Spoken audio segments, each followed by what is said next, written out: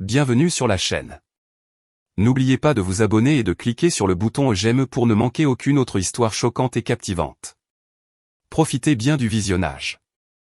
Julien était assis dans l'élégant immeuble de bureau moderne, les yeux rivés sur les plans posés sur son bureau.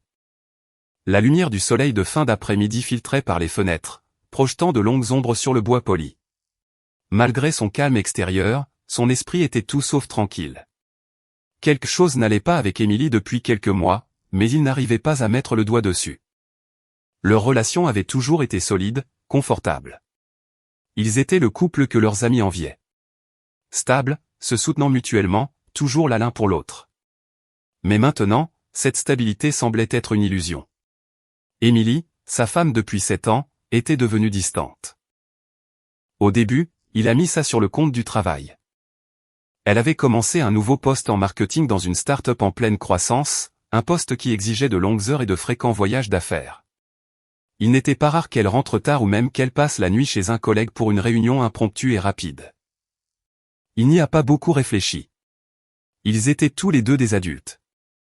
Mais avec le temps, les habitudes ont commencé à changer. Le téléphone d'Émilie est devenu une barrière entre eux. Elle le gardait près d'elle en permanence, envoyant des SMS sous la table pendant le dîner, le consultant au lit avant de s'endormir.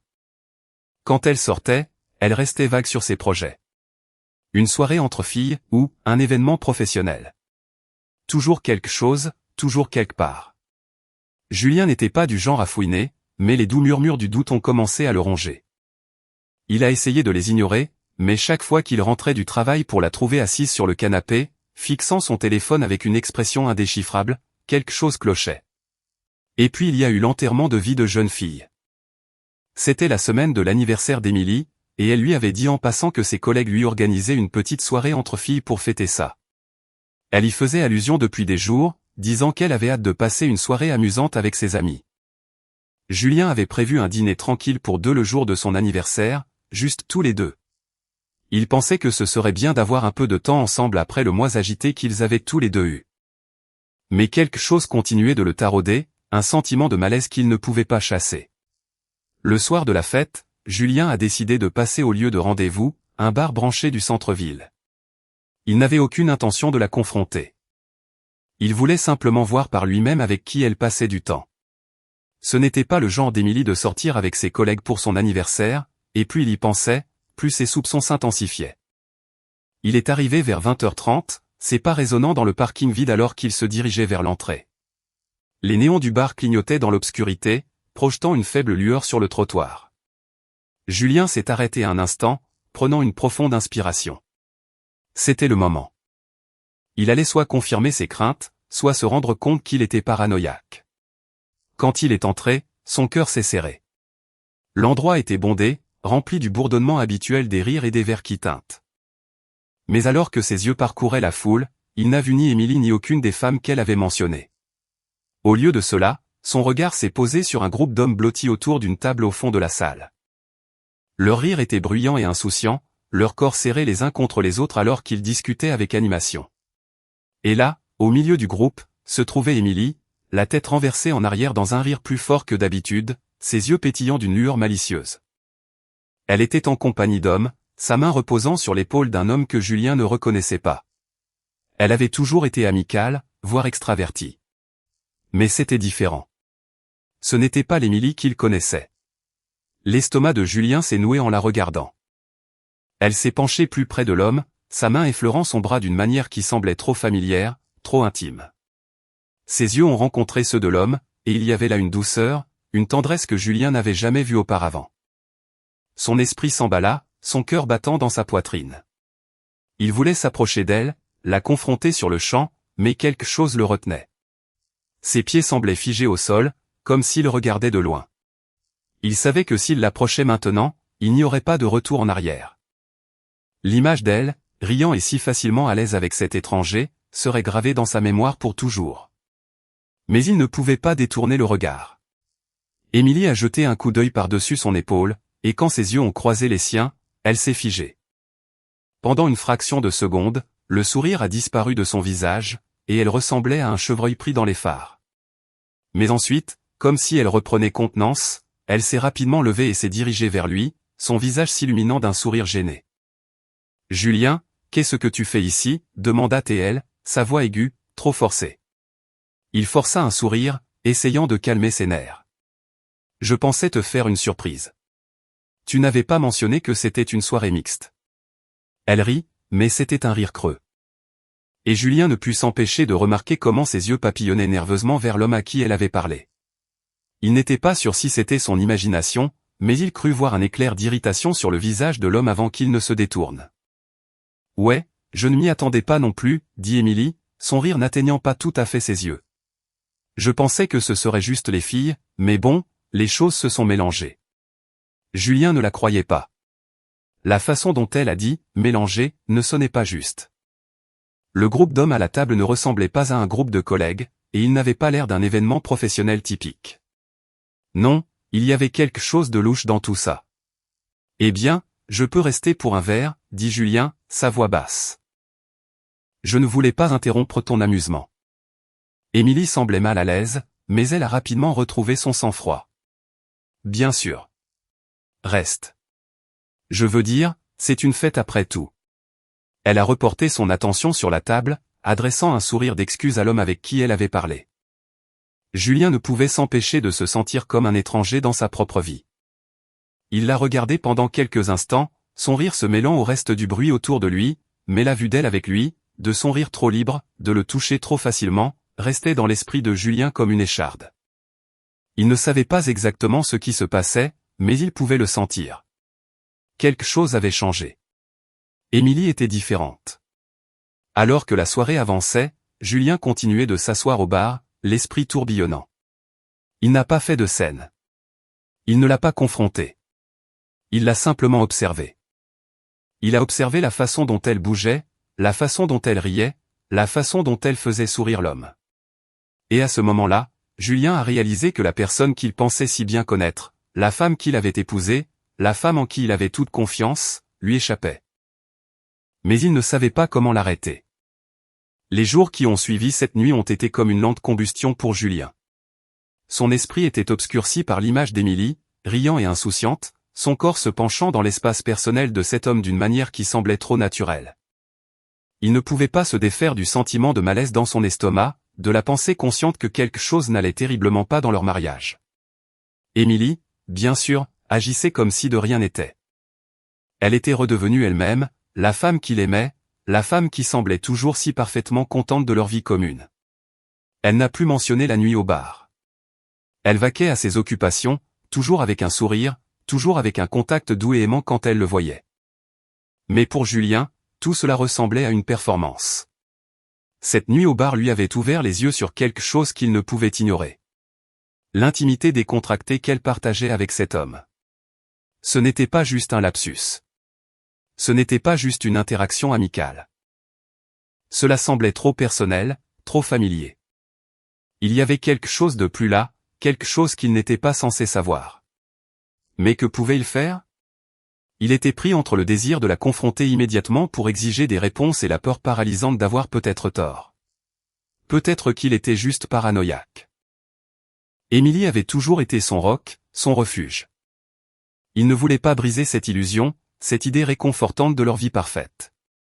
Pourtant, le doute s'insinuait de plus en plus fort chaque jour qui passait.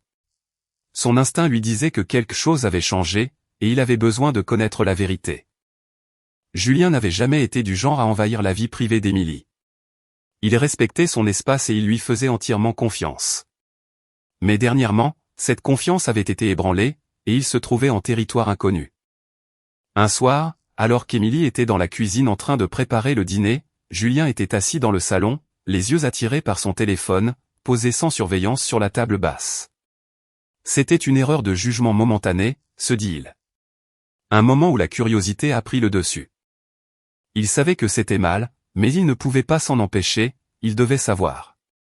Il leva les yeux pour s'assurer qu'Émilie était toujours occupée dans la cuisine. Elle lui tournait le dos en fredonnant doucement pour elle-même. Son cœur battait la chamade alors qu'il attrapait son téléphone, sentant la surface lisse et fraîche sous ses doigts. Il la déverrouillait avec facilité. Le même code PIN simple qu'ils avaient tous les deux utilisé pendant des années, le même qu'il avait configuré pour elle lorsqu'elle avait eu le téléphone pour la première fois. L'écran s'est allumé, révélant l'écran d'accueil avec plusieurs messages non lus. Julien a hésité un instant, puis les a parcourus. La plupart des messages provenaient de ses collègues de travail. Rien d'extraordinaire, mais il a ensuite trouvé quelque chose qui lui a glacé le sang.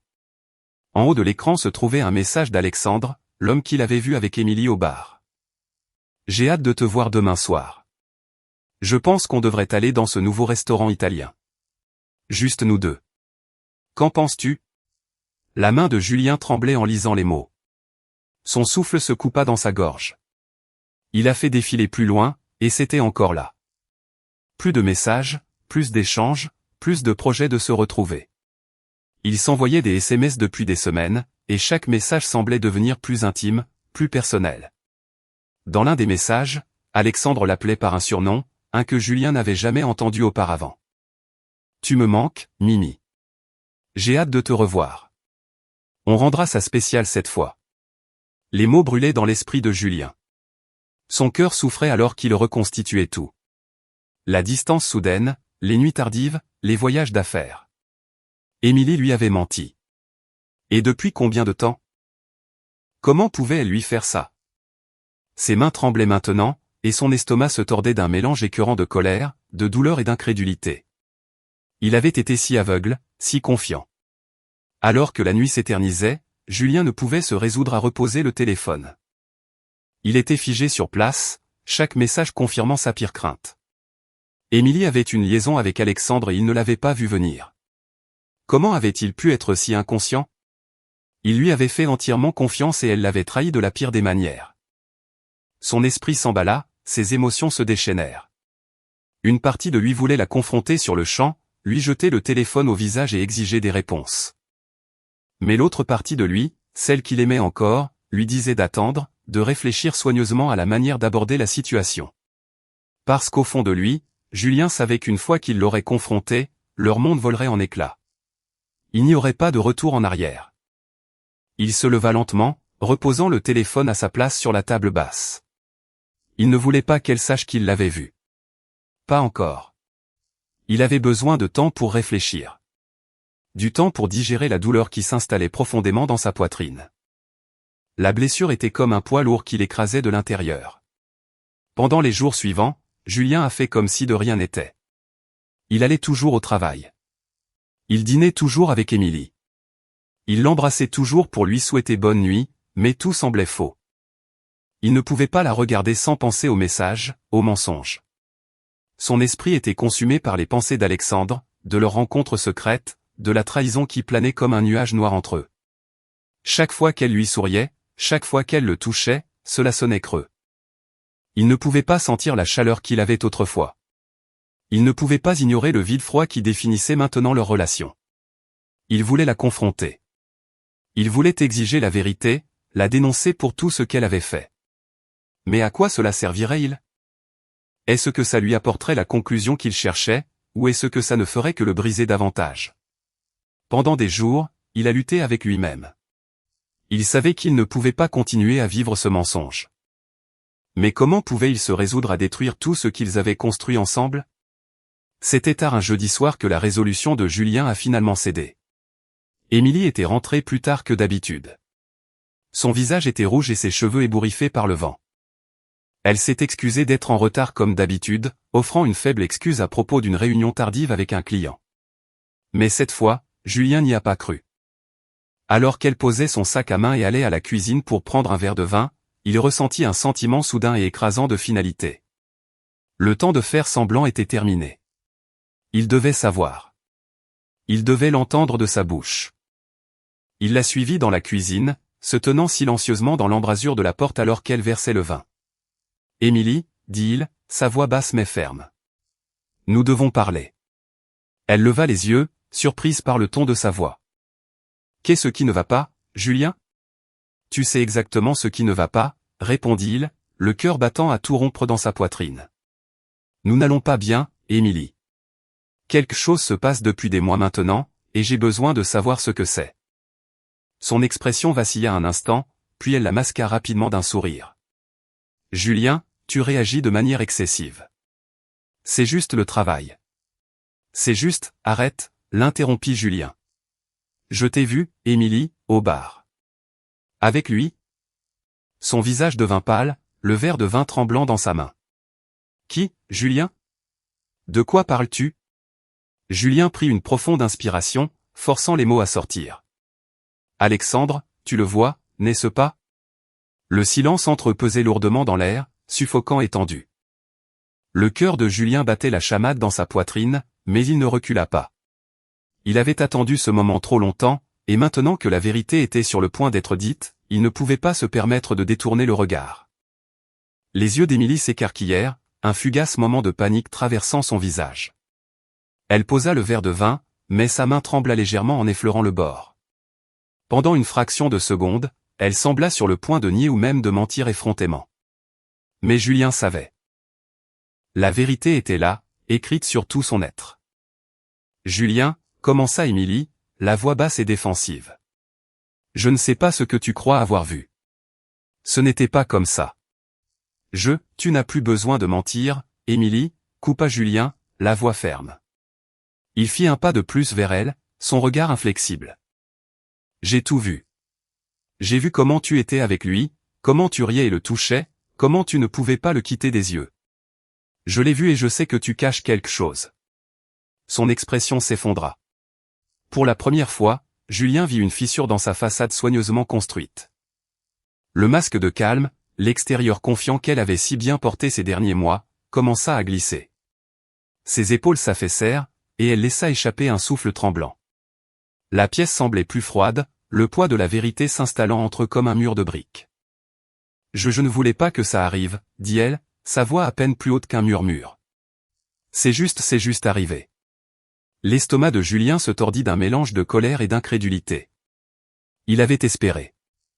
Non, il avait prié pour avoir tort. Qu'il y ait une autre explication, une raison innocente à ce qu'il avait vu. Mais cette confession, cet aveu, brisait tout. Son cœur souffrait, la douleur de la trahison pesant physiquement sur sa poitrine. Tu ne voulais pas que ça arrive, répéta Julien, sa voix se brisant de frustration. Depuis combien de temps, Émilie? Depuis combien de temps ça dure? Les yeux d'Émilie évitaient les siens. Elle fixait le sol, les lèvres serrées. Julien pouvait sentir la distance entre grandir à chaque seconde qui passait. Ce n'était pas seulement la distance physique dans la pièce. C'était la distance émotionnelle, le gouffre qui s'étendait maintenant entre eux, les éloignant de plus en plus. Je ne sais pas, murmura-t-elle finalement, sa voix à peine audible. Ce n'était pas prévu. C'est juste arrivé. Je ne savais pas comment l'arrêter. Et puis il était trop tard. Julien recula d'un pas, son esprit vacillant. Alors, tu le voyais dans mon dos tout ce temps. Toutes ces nuits où je suis resté éveillé à me demander où tu étais. Toutes ces fois où je t'ai demandé si quelque chose n'allait pas. C'est ce que tu faisais avec lui.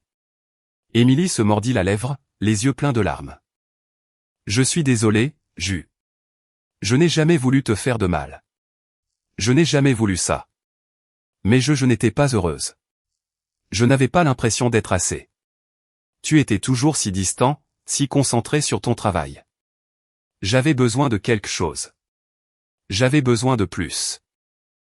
Ces mots frappèrent Julien comme une gifle. C'étaient les mots d'une femme qui s'était sentie ignorée, seule, négligée. Et une partie de lui, une petite partie, comprenait cela. Il comprenait la frustration de ne pas se sentir vu, la douleur silencieuse de la solitude dans une relation qui semblait parfaite de l'extérieur mais qui sonnait creux à l'intérieur. Mais cette compréhension ne faisait qu'aiguiser la douleur. La vérité était qu'il ne l'avait jamais vu venir. Il n'avait jamais remarqué les fissures qui se formaient dans leur relation. Plus, répéta Julien, sa voix teintée d'incrédulité. Alors, tu l'as trouvé avec lui, avec Alexandre. Je ne voulais pas que ça se passe comme ça, murmura Émilie, les yeux débordant de larmes. Il était là quand j'avais besoin de quelqu'un à qui parler. Il me comprenait. Nous étions amis d'abord, mais ensuite c'est devenu autre chose. Je ne savais pas comment l'arrêter. Julien ne put retenir sa frustration plus longtemps. Tu ne savais pas comment l'arrêter? Fit l'écho, sa voix s'élevant. Émilie, on ne tombe pas dans une liaison comme ça. C'est un choix. Tu as fait le choix de me trahir, de me mentir. Et depuis combien de temps? Depuis combien de temps ça dure? Elle ne lui répondit pas immédiatement. Au lieu de cela, elle baissa de nouveau les yeux vers le sol, ses épaules légèrement secouées. Julien pouvait voir la culpabilité dans ses yeux, la honte qui l'envahissait maintenant. Elle était brisée, et d'une certaine manière, Julien se sentait brisé aussi. Je ne sais pas exactement quand ça a commencé, admit-elle finalement, peut-être il y a quelques mois, après que le travail a commencé à devenir vraiment stressant. J'ai commencé à me sentir si seul.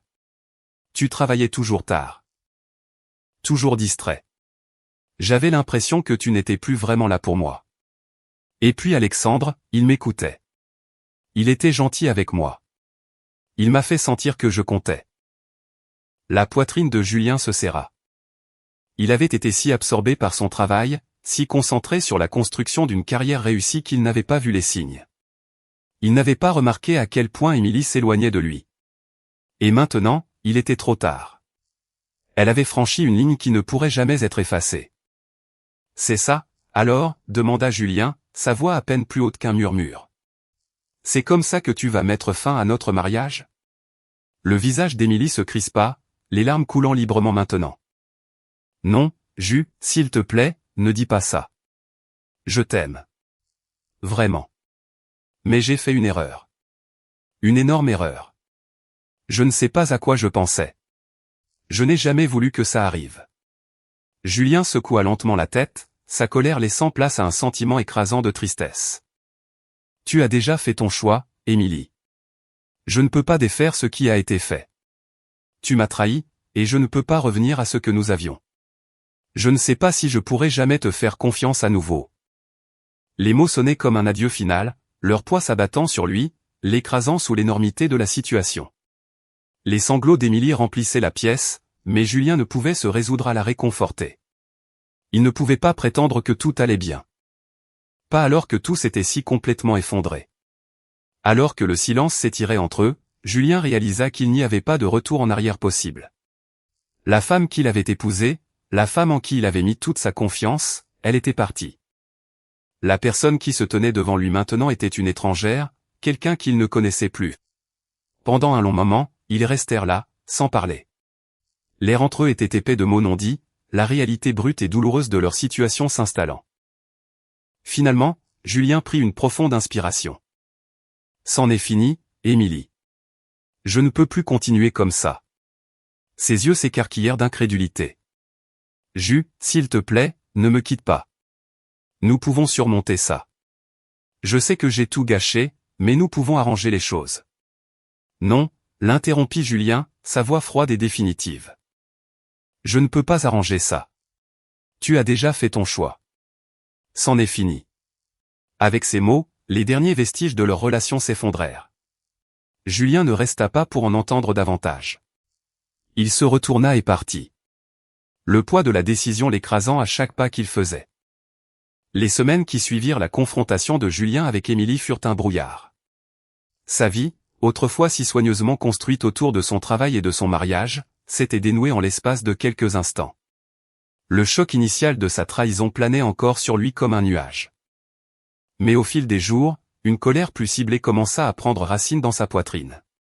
Il ne s'agissait plus seulement de l'infidélité. Il s'agissait des mensonges, de la tromperie, du sentiment d'avoir été un imbécile.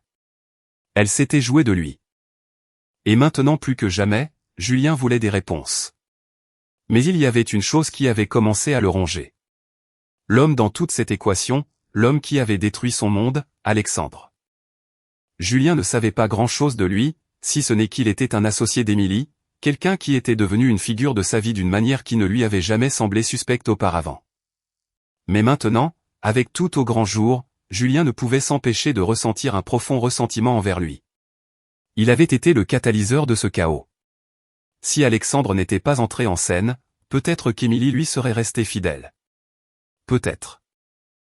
Mais maintenant, ça n'avait plus d'importance. Julien n'était plus l'homme qui laisserait les choses passer. Il était en colère, et il était déterminé à régler les choses à sa manière.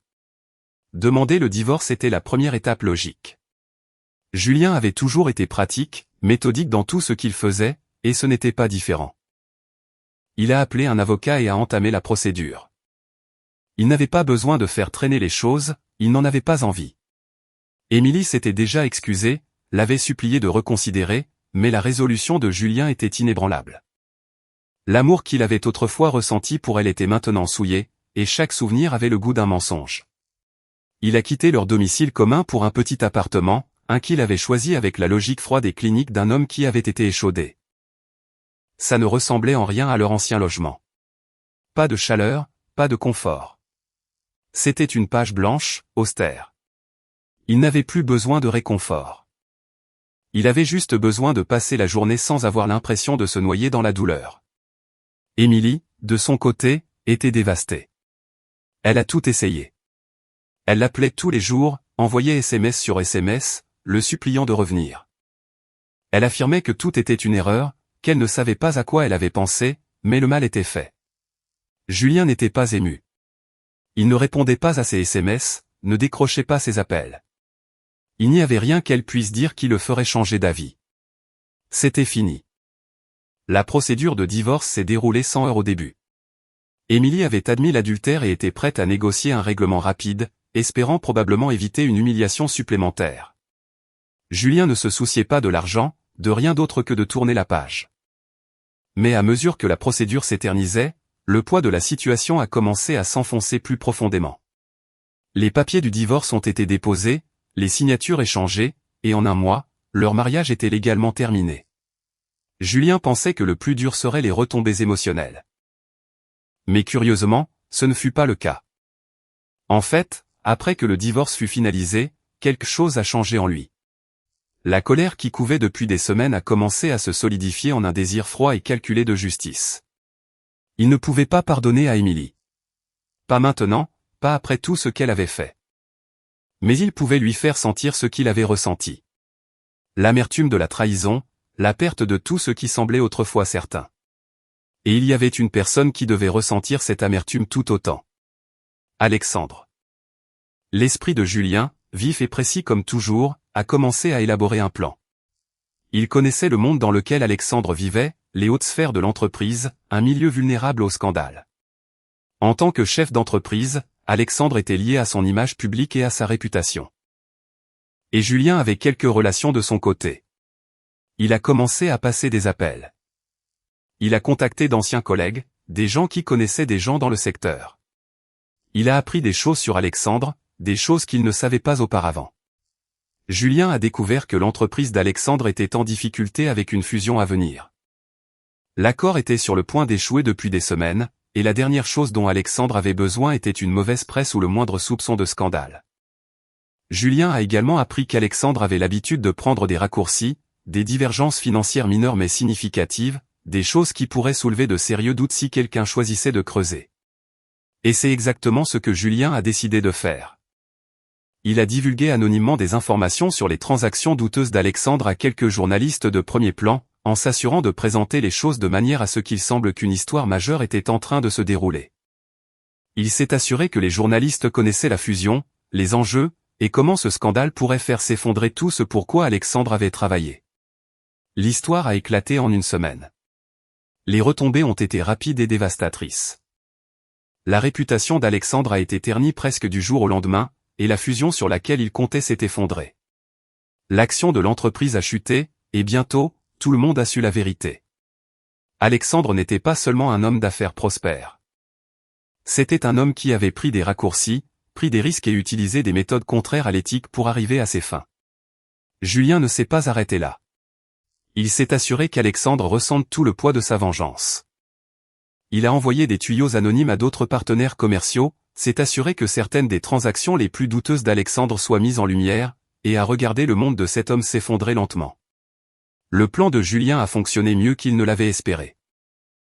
La carrière d'Alexandre s'est effondrée. Sa réputation a subi un coup dont elle ne se remettrait jamais complètement.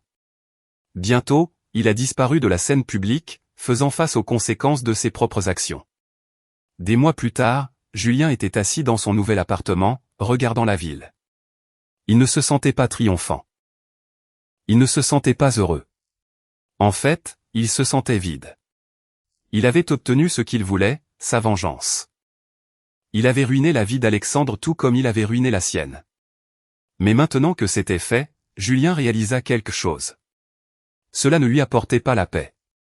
Cela ne comblait pas le vide que la trahison d'Émilie avait laissé dans son cœur. La vengeance n'avait été qu'une distraction temporaire, un moyen d'anesthésier la douleur. Elle lui avait donné un sentiment de contrôle sur la situation, quelque chose à quoi se raccrocher quand tout le reste lui avait été enlevé. Mais maintenant que la poussière était retombée et qu'il n'y avait plus rien sur quoi se concentrer, il se retrouvait seul avec lui-même. Seul, il prit une profonde inspiration, posant sa tasse de café sur la table. Le combat, la colère, l'amertume. Il avait traversé tout cela. Mais ce qu'il n'avait pas fait, c'était guérir, et cela, plus que tout, était la partie la plus difficile. Julien n'oublierait jamais Émilie, ni la trahison qui avait tout brisé. Mais avec le temps, il commença à réaliser que la guérison viendrait avec le temps. La vengeance avait peut-être brillé d'un éclat vif pendant un certain temps, mais la seule façon d'avancer était de lâcher prise.